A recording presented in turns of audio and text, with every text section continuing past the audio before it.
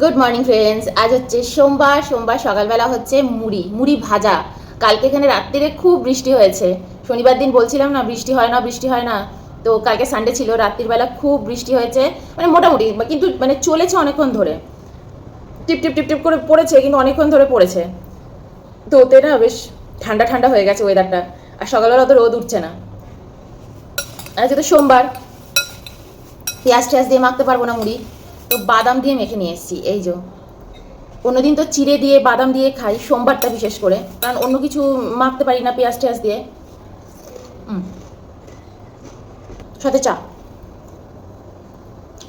কালকে রাত্রির বেলা তখন কটা বাজে, 8টা বেজে গেছে তখন। বসে বসে ভিডিও এডিট করছিলাম আর টিভি দেখছিলাম। তারপরে তো দেখলাম খুব আমার খেতে ইচ্ছা করছে, ফল খেতে ইচ্ছা করছে। ওই সময় রাত্রির 8টায় ভীষণ ইচ্ছা করছে, একটা ক্রেভিং হয় না ফলের বা কোনো কিছুর, আমার খুব ফলের ক্রেভিং হচ্ছিল। তা রাত্রির বেলা আম খেয়ে নিয়েছি, দুটো আম খেয়েছি। তারপর থেকে পেটটা না এত ভার ভার হয়ে রয়েছে, দুজনে মিলেই খেয়েছি। হ্যাঁ, হা, দাঁড়ানো এতে। আচ্ছা, একটা বিস্কিট নিয়ে এসেছি, মাইক্রোওভেনে গরম করেছি জানো, মাইক্রোওভেনে গরম করে নিয়ে এসেছি। এগুলো যে বেকারি বিস্কিটগুলো আছে না, ওই, কিন্তু না কেমন নেতে নেতে গেছে।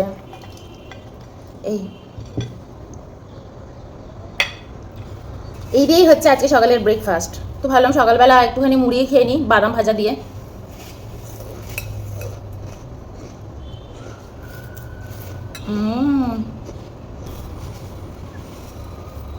কালকে আপনাদের মধ্যে বেশ দু একজন লিখেছেন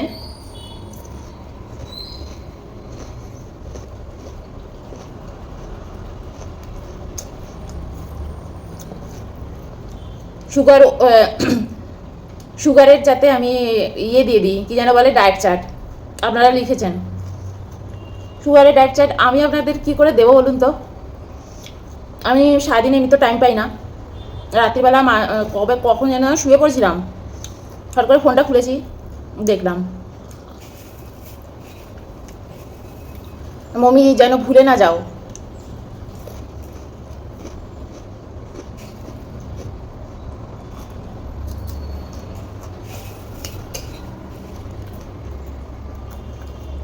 সবার আগে আপনি ভাবুন,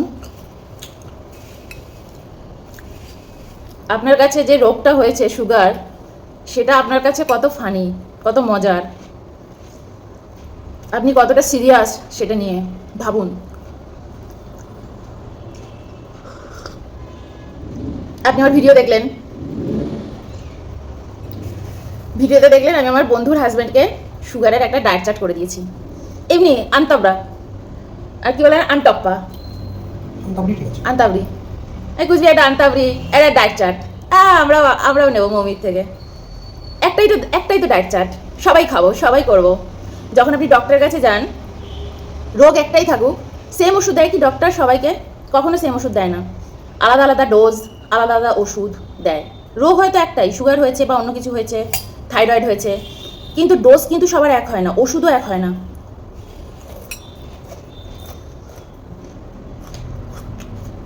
আর আমি কাউকে কোনো টোটকা দিই না, আমি আমার বান্ধবীর হাজব্যান্ডকে বা কাউকে টোটকা দিই না।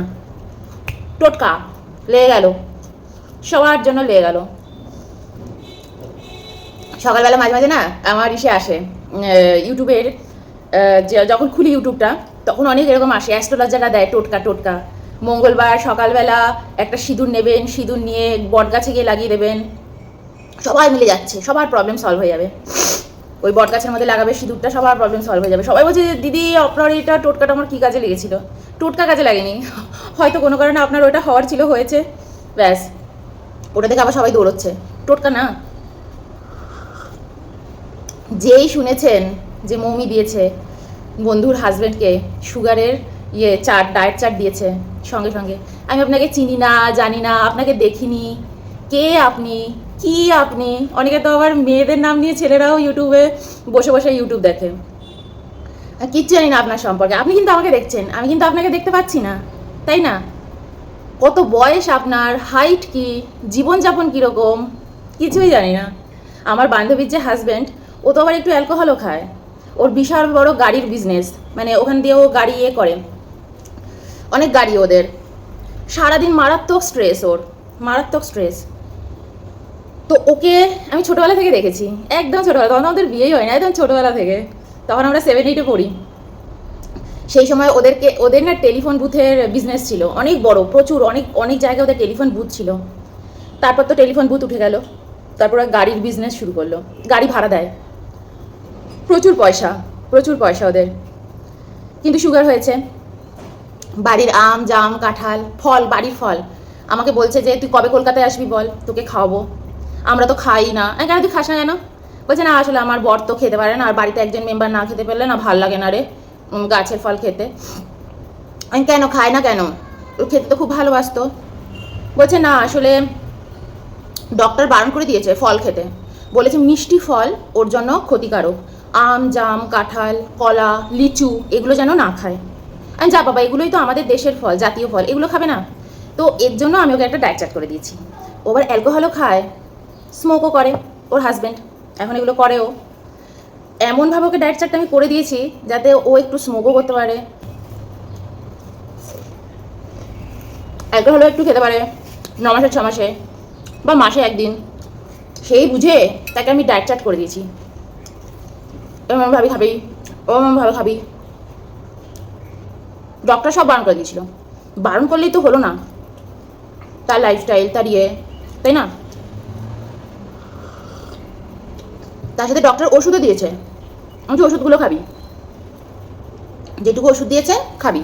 তোর 1 বছর হতে চলেছে, আস্তে আস্তে ওষুধের মাত্রা অনেক কমে গেছে, বলছে ওষুধ খেতে তো ভুলেই যায় একদিন, এখন খুব একটা ওষুধ খায় না।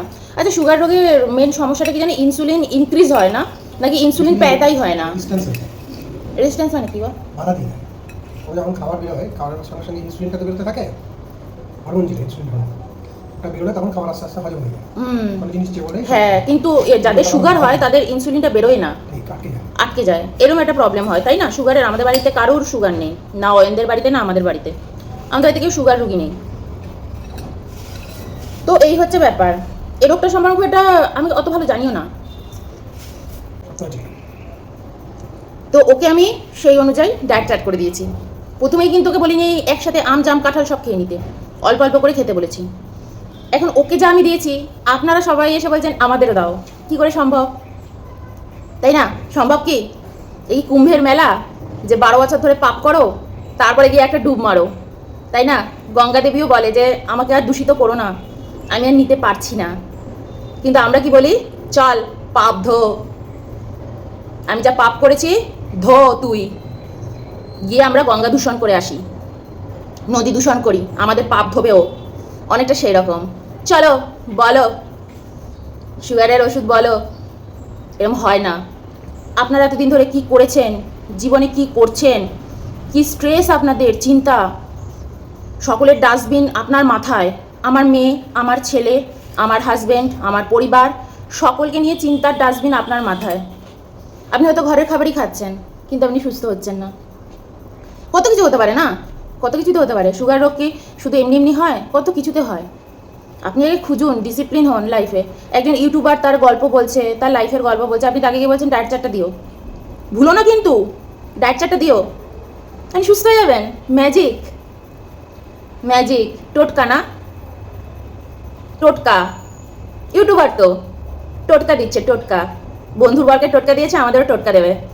ভাল লাগলে শুনবো, খাবো, না ভালো লাগলে না লাগবে। আর মমি ওখানে কি আনন্দ পাবে, ও মা গো আমাকে জিজ্ঞেস করেছে, আমি ডক্টর। আমি ছোটবেলা থেকে না তেল মারা লোক পছন্দ করি না, ছোট্টবেলা থেকে আমাকে কেউ তেল মারলো, খুব মিষ্টি মিষ্টি করে আমার সাথে কথা বললো, আমি খুব ভয় পাই। তার থেকে আমাকে যারা এসে দুটো বাজে কথাও বলে না, যে তুমি রিফাইন্ড অয়েল খাও না, তুমি কোল্ড প্রেস অয়েল খাও, তার সাথে তুমি লুচিও খাও, কি করে এটা খাও, তারা যখন আমার উপর ডাউট করে, জিজ্ঞেস করে, তাদের উপর আমার এত রাগ হয় না। কিন্তু কেউ যখন আমার মিষ্টিভাবে এরমভাবে এসে বলে না, খুব কষ্ট হয়, আমার খুব কষ্ট হয়, খুব অপমানিত লাগে। মমি এসে বলে দেবে ডায়েট চার্ট, এরমভাবে না আমাকে ছোট করবেন না, কখনো কাউকে ছোট করবেন না।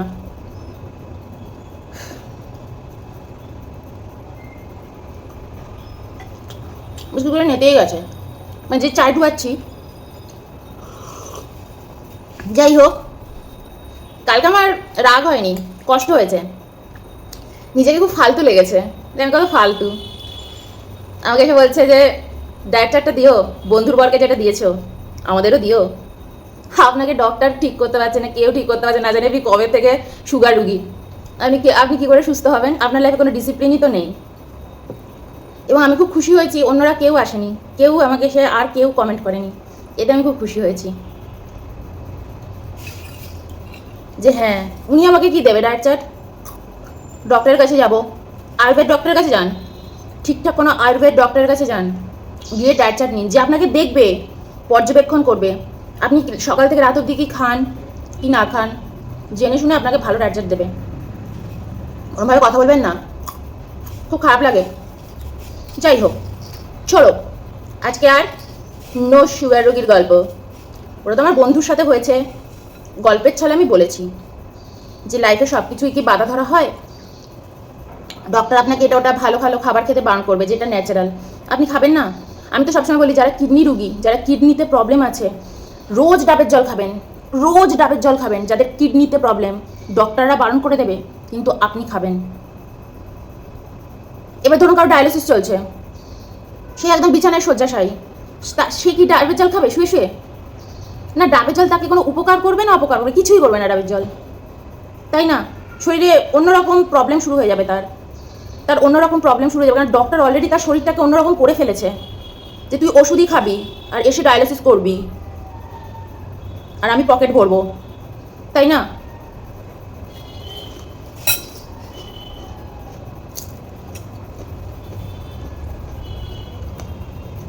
কিন্তু আপনার অলরেডি কিডনিতে প্রবলেম শুরু হয়েছে, ডক্টর আপনাকে সাবধান করছে যে আপনার কিন্তু কিডনিতে বড় রোগ হতে পারে, সঙ্গে সঙ্গে আপনি সজাগ হন। বাইরে খাওয়া দাওয়া বন্ধ করে দিন, সন্ধ্যে 6টার পর থেকে ফাস্টিংয়ে চলে যান। কিডনি প্রবলেম, লিভার প্রবলেম, কিডনিতে স্টোন, লিভারে স্টোন, সিস্ট, পেটের মধ্যে সিস্ট, সঙ্গে সঙ্গে সন্ধ্যে 6টার পর থেকে খাওয়া দাওয়া বন্ধ করে দিন। পরের দিন সকাল 9টা অবধি, আর সকালবেলা 9টায় উঠে প্রথমেই খাবার নিয়ে বসবেন না, উষ্ণ জল 1 গ্লাস, তার সাথে 1 প্লেট এরকম 1 প্লেট ফল, আপনি হেভি সুস্থ হয়ে যাবেন। কোনো রোগ আপনার শরীরে থাকবে না, শরীর নিজে নিজে রিকভার করবে, সব কিছু আগের জায়গায় ফেরত নিয়ে যাবে, আপনার শরীর একদম হেলদি হয়ে যাবে। আর সেই সময় কোনো ওষুধও খাবেন না, কোনো মেডিসিন নেবেন না।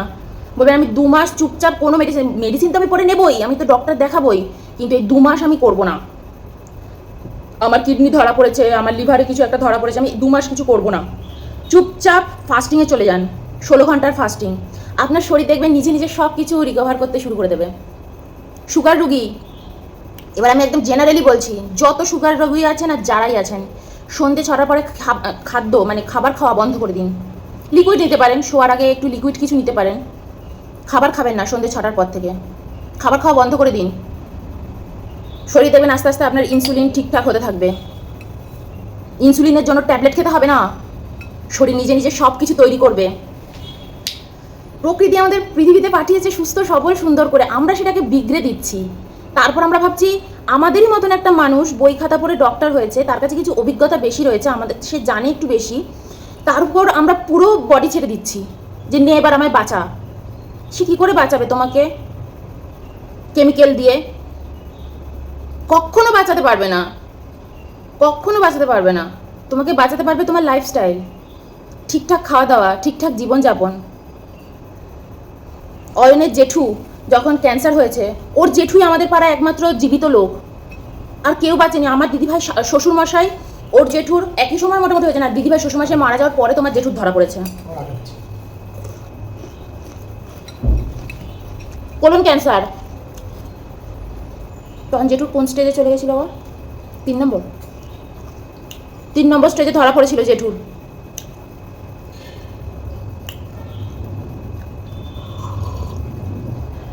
জেঠুর লাইফস্টাইল হেভি ভালো ছিল, জেঠু কখনো বাইরের খাবার খেত না, কখনো না। তোমাদের সাথে আমি শেয়ার করেছি না খাওয়ার চ্যানেলে, জেঠু বিয়ে বাড়িতে গেলেও ডালের যে জাস্ট পাতলা একটুখানি ডাল, একটু ভাত, ব্যাস, আর পাশে একটু হয়তো মাছ কোনো কিছুর গ্রেভি খেত না। গ্রেভির মধ্যেই কিন্তু আসল বিষ।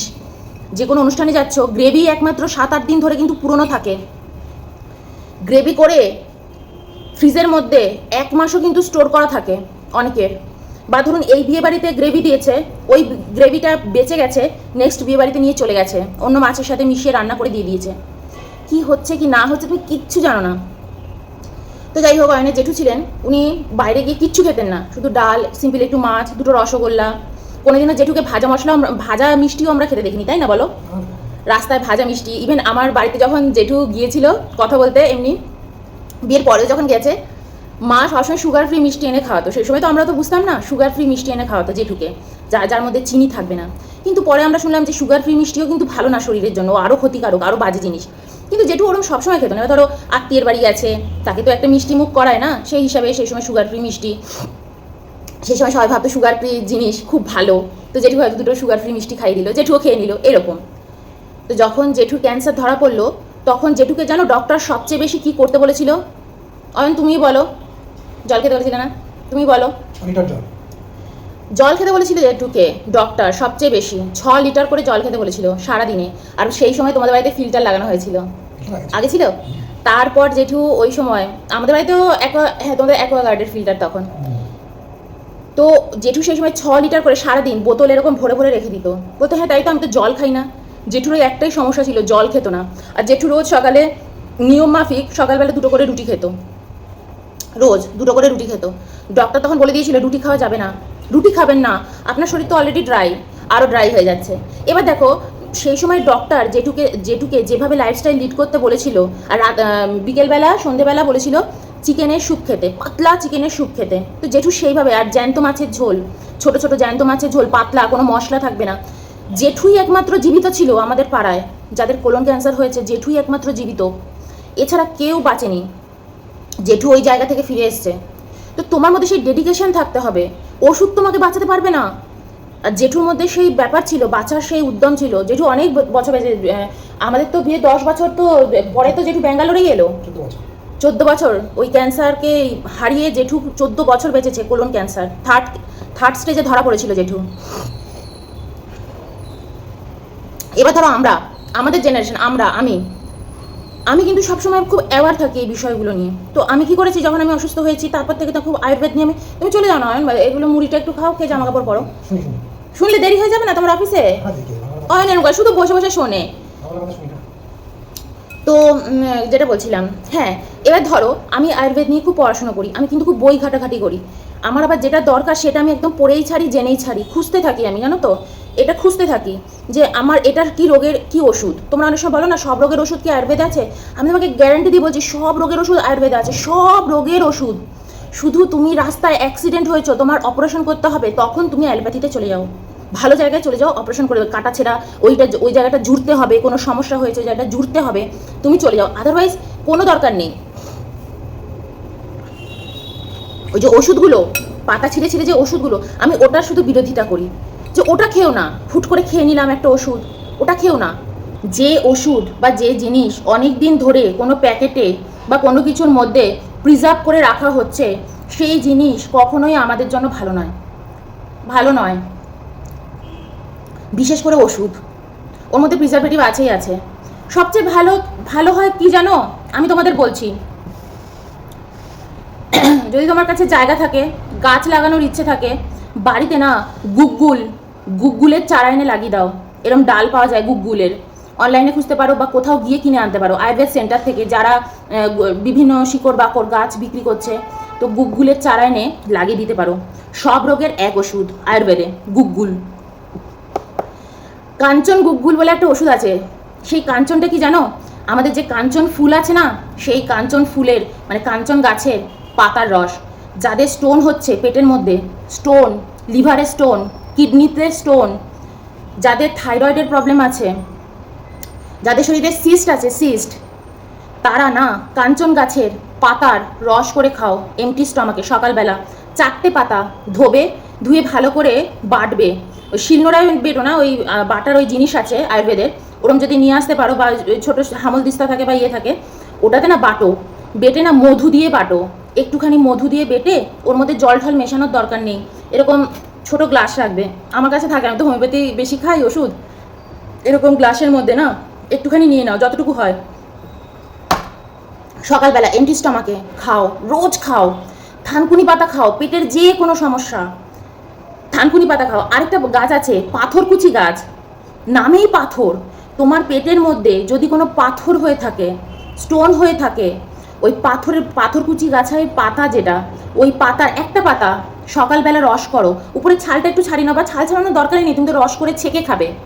ছেঁকে নাও, একটুখানি হানি মিশাও, হানি বা একটুখানি গুড়, অরিজিনাল গুড়, ওই গুঁড়ো ওগুলো বাজে গুড়, আমি ওগুলো একদম মানে ইয়ে করি না।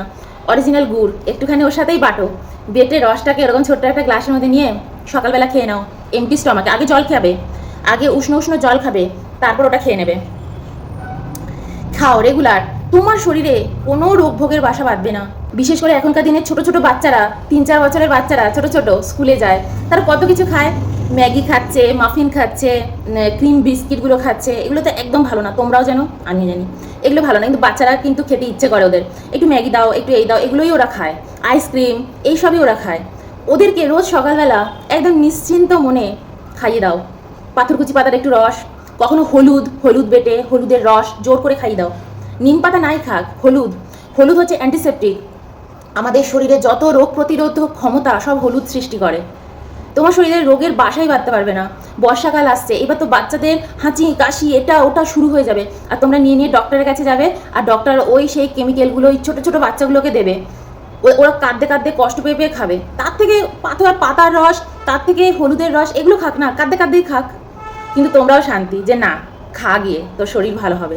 আর যদি বাসক পিপল তুলসী এগুলো থাকে সবসময় ঘরে, এগুলো খাওয়াও, অবশ্যই তারা সুস্থ হয়ে যাবে। একদম বাইরের কেমিক্যাল এগুলো দেওয়ার দরকার নেই। বাড়িতে গুগগুলের চারা এনে লাগাও, টবে লাগাও, দেখবে কত উপকার পাবে।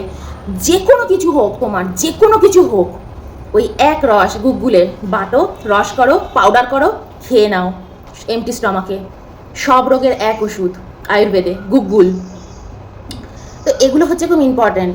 আমরা এখন অনেক কিছু বেশি জানি। আমরা মাঝে মাঝে তো অনেকে বলি, জেঠুদের সময় যদি আমরা এত কিছু জানতাম, তাহলে তো জেঠুরা আরও সুস্থ হয়ে থাকতো। বা আমার দিদিভাইয়ের শ্বশুরমশাই এত ভালো মানুষ, তোমাদের মানে বলে দিতে পারবো না আমার দিদিভাইয়ের শ্বশুরমশাই যে কী মানুষ ছিলেন। আর আমরা তো সব একই পাড়ার, আমার শ্বশুরমশাই, দিদিভাই শ্বশুরমশাই সব একই পাড়ার, আমরা কিন্তু একই জায়গায়। আমার শ্বশুরবাড়ি হচ্ছে এটা, আমার দিদিভাই শ্বশুরবাড়ি হচ্ছে এটা, মাঝখানে বড় রাস্তা চলে গেছে এদিকে। তো আমরা হচ্ছে একই পাড়ার দুই বউ। তো ওর জেঠু, আমার দিদিভাইয়ের যে শ্বশুরমশাই, সবাই, আমার দিদিভাই শ্বশুরমশাই তো মারাই গেলেন, দুটো কেমো নিলেন, মারা গেলেন, খুব কষ্ট পেয়ে মারা গেছেন, খুব কষ্ট পেয়ে, সেই কেমিক্যাল ওষুধগুলো খেয়েছেন, খুব কষ্ট পেয়ে মারা গেছেন। শুধু বেঁচেছিলেন অয়নের জেঠু, ওনার নিজের শক্তিতে, সারা জীবনে যে আজে বাজে জিনিস খাননি। কিন্তু সেই সময় যদি আমাদের এই জ্ঞানগুলো আমরা যদি ধরো দিদিভাই শ্বশুরমশাই বা অন্যান্যদের দিতে পারতাম, তারাও বেঁচে যেতেন। রোজ সকালবেলায় নিম আর হলুদের রস করে খাও, যাদের ক্যান্সারের সমস্যা আছে খাও, রেগুলার খাও, 2 বার করে খাও, সকালে খাও আর সূর্য পড়ার আগে, ধরো 4টে 4:30 এরকম সময়, কিন্তু পেটটা সেই সময় যেন খালি থাকে। আবার তারপর 1-1.5 ঘন্টা কিচ্ছু খাবে না, নিম আর হলুদের রস, বা ওই তোমার ওই অ্যালকালাইন ওয়াটারও বানিয়ে রাখতে পারো। কুচি করে হলুদ কাটো আর অনেকগুলো নিম পাতা ভালো করে ধুয়ে জলের মধ্যে, ওই যে সেই অ্যালকালাইন ওয়াটার যেরকম আমি দেখিয়েছিলাম, 2 দিন ধরে ফেলে রাখো ওই জলটা। তারপর 2 দিন বাদ থেকে 2 লিটার জলটা একটু করে সিপ নিয়ে সারাদিন একটু করে খাও। সব রোগ পালিয়ে যাবে। আমাদের শরীরের রোগ আসে কি করে জানো? ভাত রুটি, এই খাবারগুলো, মাছ মাংস ডিম, এগুলো থেকে আমাদের শরীরে রোগ আসে। আমি তো প্যাকেট ফুড ছেড়েই দিলাম, প্যাকেট ফুডের নুডলস, ব্রেড, এগুলো তো আমি ছেড়েই দিলাম। এগুলোর কথা তো বললামই না, এগুলো তো বিষ, এগুলো বিষের সমান কাজ করে। বিস্কিট, এই যে সকালবেলা বিস্কিট, এগুলো বিষের সমান কাজ করে শরীরে। চা, এগুলো জেনে শুনে বিষ পান, জেনে শুনে বিষ খাওয়া, এগুলো তো আমি ছেড়েই দিলাম। কিন্তু মেন রোগ আমাদের শরীরে ওটাই, কারণ এগুলো না ড্রাই, ভাত বলো, রুটি বলো, এই ধরনের খাবারগুলো না খুব ড্রাই। এর জন্য দেখবে সুগার রোগ হলে, কোনো রোগ হলে সবার আগে ভাত রুটি থেকে বেরিয়ে আসতে বলে। সে এখন ডক্টররাও বলতেই হবে তাদেরকে, কারণ জানে ওষুধ কিন্তু বাঁচাবে না, আর লোকটা যদি মরে যায় এরপর আস্তে আস্তে কিন্তু আর আমার পেশেন্ট খুব একটা আসবেও না। তো তারা এর জন্য সবসময় সুগার রুগীদের বলে ভাত রুটি বাদ। কেন ভাত রুটি বাদ কেন? কারণ ওটা আমাদের শরীরে গিয়ে শরীর আরও ড্রাই করে দেয়। ভাত রুটি আমরা যখনই খাই না, তখন ও শরীর থেকে জল নেয়, আর তুমি যখন ফল মূল স্যালাড খাও, ও শরীরকে জল দেয়। এটা হচ্ছে পার্থক্য। এবার বলবে দিদি তুমি তাহলে সকালবেলা উঠে চা খাচ্ছ, মুড়ি খাচ্ছ, বিস্কিট খাচ্ছ, এগুলো তো ড্রাই। হ্যাঁ এগুলো ড্রাই, কিন্তু আমি অন্য সময় তোমার লাইফটাকে খুব সুন্দর করে ফলো করছি, ঠিকঠাক জিনিস ফলো করছি।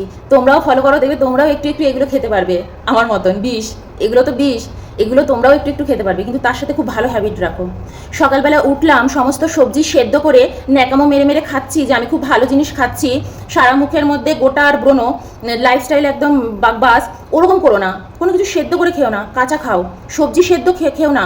সকালবেলা ঘুম থেকে উঠে আমাদের শরীর চায় জল, জল, 1 গ্লাস জল খাবে, তারপরে একদম ফলের বাটি নিয়ে বসো, স্যালাড খাও, শশা খাও, একদম তোমার অন্ত্র গাঁট পরিষ্কার হয়ে যাবে।